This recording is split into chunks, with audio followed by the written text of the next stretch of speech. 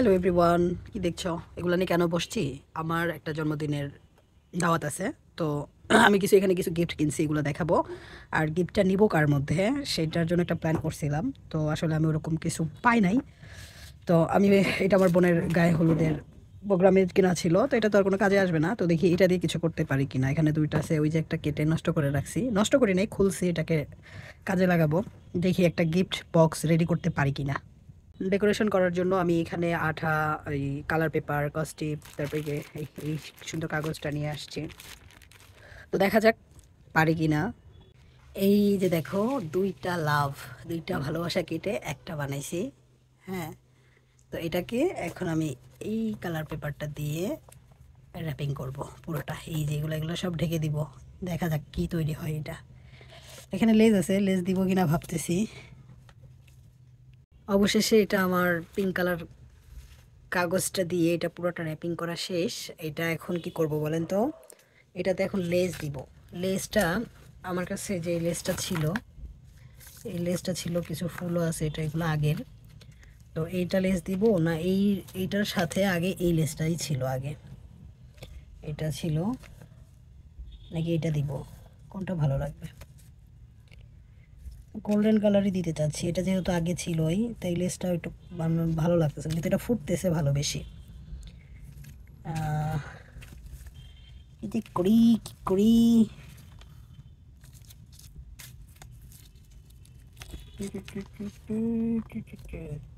এটাই দিব, গোল্ডেন কালারটাই দিব। আর দেখি ফুলগুলো কোথাও দিতে পারি নাকি। পিঙ্ক কালার তো, পিঙ্কের সাথে পিঙ্ক মানাবে না, এটা হচ্ছে মেইন সমস্যা। দেখা যাক, লেস লাগানোর পরে ফাইনাল লুকটা দেখাচ্ছি। ফাইনালি দেখো হয়ে গেছে এটা। তো এটাতে আমি গোল্ডেন কালার লেস লাগাইছি পুরোটাই।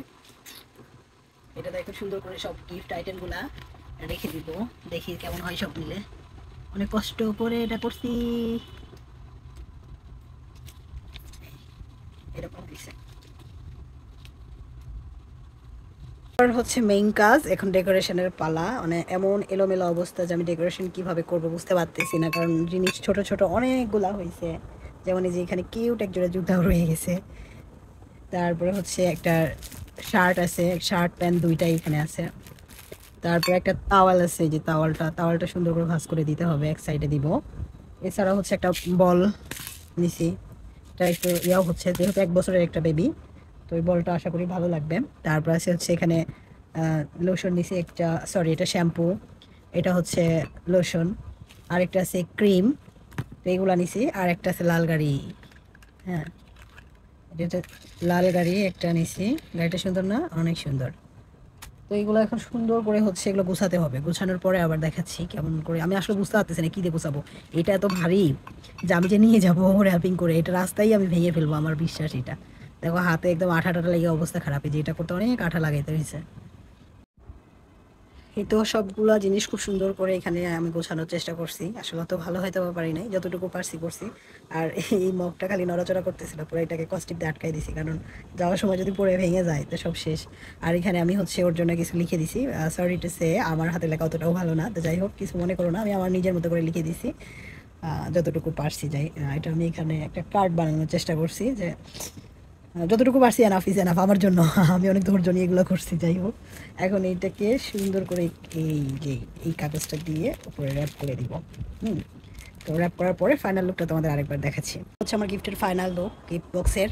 তো এটা আমি পুরোটা মেক করছি, জানি না কেমন হলো। তো যাই হোক, যেমনই হোক সবাই একটু ভালো বললো তাহলেই হবে। হ্যাঁ, থাকো এই পর্যন্ত, রাখি, টাটা, বাই বাই।